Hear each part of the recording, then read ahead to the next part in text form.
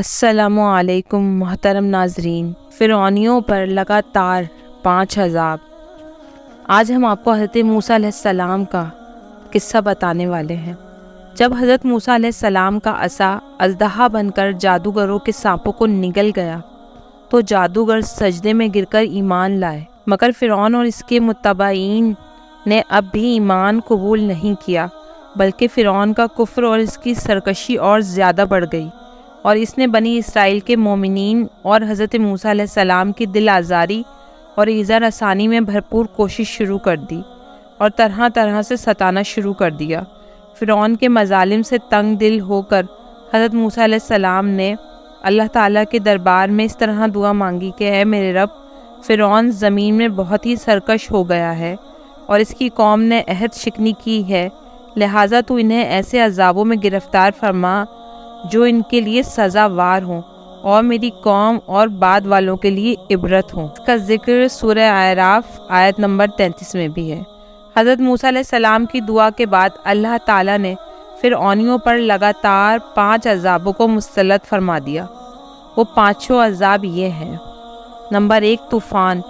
ناگہاں ایک ابر آیا اور ہر طرف اندھیرا چھا گیا، پھر انتہائی زوردار بارش ہونے لگی، یہاں تک کہ طوفان آ گیا اور فرعونیوں کے گھروں میں پانی بھر گیا اور وہ اس میں کھڑے رہ گئے اور پانی ان کی گردنوں تک آ گیا۔ ان میں سے جو بیٹھا وہ ڈوب کر ہلاک ہو گیا، نہ ہی ہل سکتے تھے نہ کوئی کام کر سکتے تھے۔ ان کی کھیتیاں اور باغات طوفان کے دھاروں سے برباد ہو گئے۔ سنیچر سے سنیچر تک مسلسل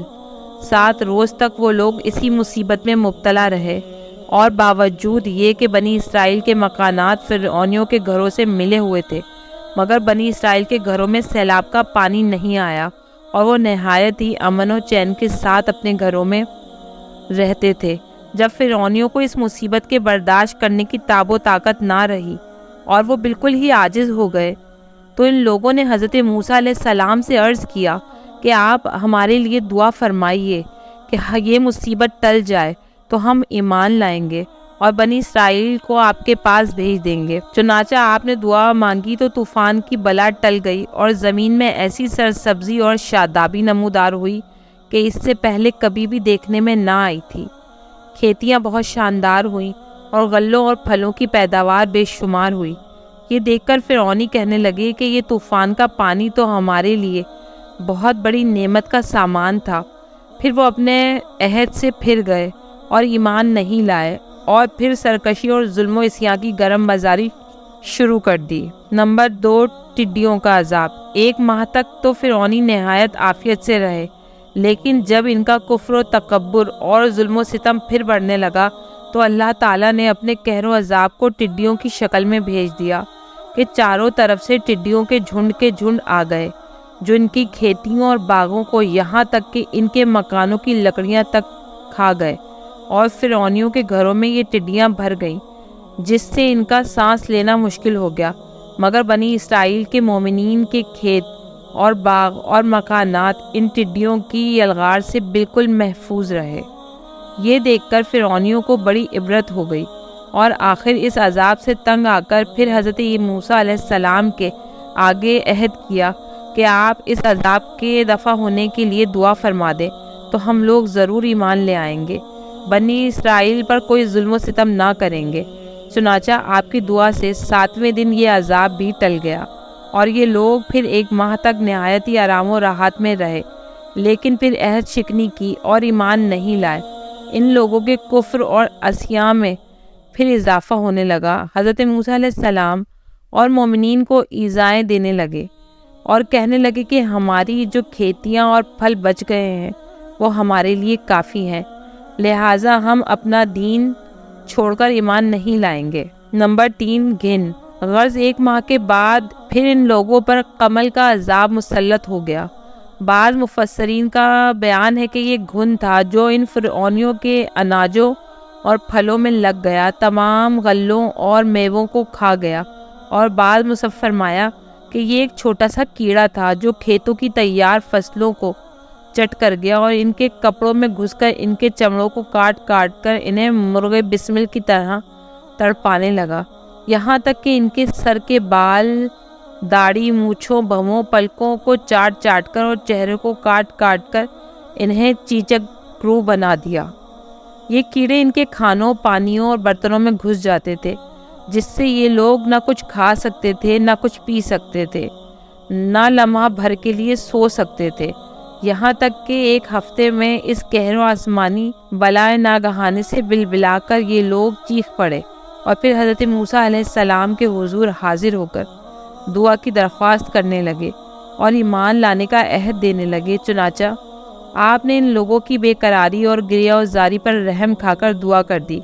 اور یہ عذاب بھی رفع دفع ہو گیا۔ لیکن فرعونیوں نے پھر اپنے عہد کو توڑ ڈالا اور پہلے سے بھی زیادہ ظلم و عدوان پر کمر بستہ ہو گئے۔ پھر 1 ماہ کے بعد ان لوگوں پر مینڈک کا عذاب نازل ہو گیا۔ ان فرعونیوں کی بستیوں اور ان کے گھروں میں اچانک بے شمار مینڈک پیدا ہو گئے اور ان ظالموں کا یہ حال ہو گیا کہ جو آدمی جہاں بھی بیٹھتا اس کی مجلس میں ہزاروں مینڈک بھر جاتے تھے۔ کوئی آدمی بات کرنے یا کھانے کے لیے منہ کھولتا تو اس کے منہ میں مینڈک کود کر گھس جاتے۔ ہانڈیوں میں مینڈک، ان کے جسموں پر سینکڑوں مینڈک سوار رہتے۔ اٹھنے، بیٹھنے، لیٹنے، کسی حالت میں بھی مینڈکوں سے نجات نہیں ملتی تھی۔ اس عذاب سے فرعونی رو پڑے اور پھر روتے گڑ گڑاتے حضرت موسیٰ علیہ السلام کی بارگاہ میں دعا کی بھیک مانگنے کے لیے آئے اور بڑی بڑی قسمیں کھا کر عہد و پیمان کرنے لگے کہ ہم ضرور ایمان لائیں گے اور مومنین کو کبھی ایذا نہیں دیں گے۔ چنانچہ حضرت موسیٰ علیہ السلام کی دعا سے 7ویں دن یہ عذاب بھی اٹھا لیا گیا، مگر یہ مردود قوم راحت ملتے ہی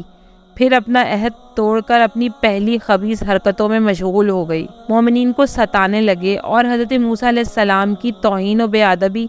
کرنے لگے، تو پھر عذاب الہی نے ان ظالموں کو اپنی گرفت میں لے لیا اور ان لوگوں پر خون کا عذاب قہر الہی بن کر اترا۔ ایک دم بالکل اچانک ان لوگوں کے تمام کنوؤں، نہروں کا پانی خون ہو گیا۔ تو ان لوگوں نے فرعون سے فریاد کی تو اس سرکش نے کہا کہ یہ حضرت موسیٰ علیہ السلام کی جادوگری اور نظر بندی ہے۔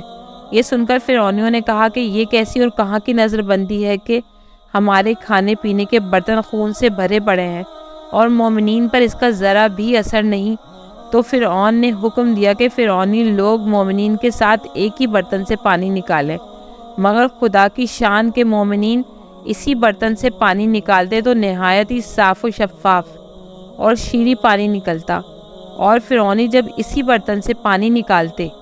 تو تازہ خالص خون نکلتا۔ یہاں تک کہ فرعونی لوگ پیاس سے بے قرار ہو کر مومنین کے پاس آئے اور کہا کہ ہم دونوں ایک ہی برتن سے ایک ہی ساتھ منہ لگا کر پانی پئیں گے، مگر قدرت خداوندی کا عجیب جلوہ نظر آتا کہ ایک ہی برتن سے ایک ساتھ منہ لگا کر دونوں پانی پیتے تھے، مگر مومنین کے منہ میں جو جاتا وہ پانی ہوتا اور فرعون والوں کے منہ میں جو جاتا وہ خون ہوتا تھا۔ مجبور ہو کر فرعون اور فرعونی لوگ گھاس اور درختوں کی جڑیں اور چھالے چبا چبا کر چوستے تھے، مگر اس کی رطوبت بھی ان کے منہ میں جا کر خون بن جاتی تھی۔ الغرض فرعونیوں نے پھر گڑ گڑا کر حضرت موسیٰ علیہ السلام سے دعا کی درخواست کی، تو آپ نے پیغمبرانہ رحم کرم فرما کر پھر ان لوگوں کے لیے دعائے خیر فرما دی۔ تو 7ویں دن اس خونی عذاب کا سایہ بھی ان کے سروں سے اٹھ گیا۔ الغرض ان سرکشوں پر مسلسل 5 عذاب آتے رہے اور ہر عذاب 7ویں دن ٹلتا رہا اور ہر 2 عذابوں کے درمیان 1 ماہ کا فاصلہ ہوتا، مگر فرعون اور فرعونیوں کے دلوں پر شقاوت و بدبختی کی ایسی مہر لگ چکی تھی کہ پھر بھی وہ ایمان نہیں لائے اور اپنے کفر پر اڑے رہے اور ہر مرتبہ اپنا عہد توڑتے رہے، یہاں تک کہ اللہ تعالیٰ کے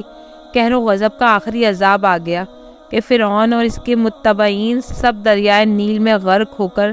ہلاک ہو گئے اور ہمیشہ کے لیے خدا کی دنیا ان عہد شکنوں اور مردودوں سے پاک و صاف ہو گئی، اور یہ لوگ دنیا سے اس طرح نیست و نابود کر دیے گئے